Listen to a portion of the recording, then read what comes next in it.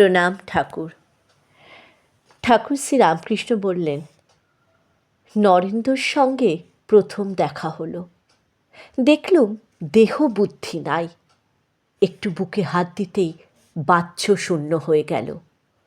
হুঁশ হলে বলে উঠল, ওগো, তুমি আমার কি করলে? আমার যে মা বাপ আছে। যদু মল্লিকের বাড়িতেও ঠিক ওই রকম হয়েছিল। ক্রমে তাকে দেখবার জন্য ব্যাকুলতা বাড়তে লাগলো, প্রাণ আটুপাটু করতে লাগলো। তখন ভোলানাথকে বললুম, হ্যাঁ গা, আমার মন এমন হচ্ছে কেন? নরেন্দ্র বলে একটি কায়েতের ছেলে, তার জন্য এমন হচ্ছে কেন?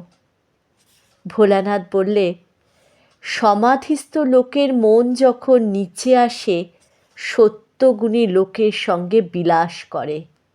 সত্যগুণী লোক দেখলে তবে তার মন ঠান্ডা হয়। এই কথা শুনে তবে আমার মনে শান্তি হলো। মাঝে মাঝে নরেন্দ্রকে দেখব বলে বসে বসে কাঁদতুম। প্রণাম।